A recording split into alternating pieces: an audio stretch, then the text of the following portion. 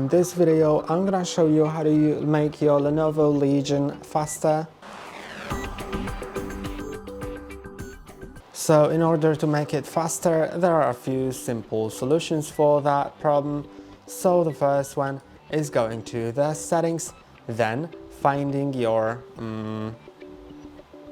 it'll be in the system, power and battery.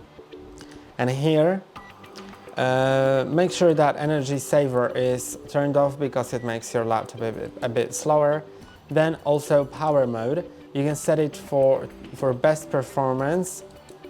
I wouldn't set it for best performance on battery because I don't want to have my battery life really short, but it is all up to you. I recommend having it to best performance when plugged in, and plug in your laptop, because even if you have when plugged in and when on battery set to best performance, it'll still have better performance plugged in. And then let's go to the next step, which is right clicking on the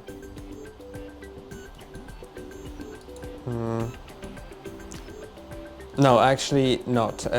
It's about closing the apps that you want to that you are not using at the moment. So for example, if I open the browser, and in the browser I open multiple tabs. On each tab I open anything like here, HardReset, YouTube, whatever. And I go into all of that. Then as you can see, as I right click on my taskbar and go to Task Manager, then you can see how much performance it uses. For example, for the memory, it uses 5 gigabytes out of 8 that I have currently. And if I close the Google Chrome, you can see how the usage drops. And this is really important. If you want to play games, then close the apps that you don't need in the background, because it does these weird things. While we are in the Task Manager, by right-clicking on the taskbar, we can also go to the Startup apps. And here, there are some apps that are by default turning on, and you can see if they have status enabled and high startup impact, then you may want to disable them.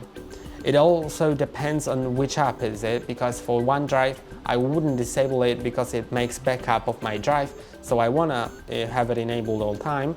But if you have something like Steam, Discord or Spotify that you don't need to be turned on each time, then you may want to disable it. I'm gonna disable the Microsoft Edge because I don't even use that browser.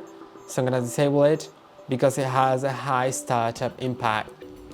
But some things like security, the OneDrive, or the services with weird names, I wouldn't disable that because they may be something important.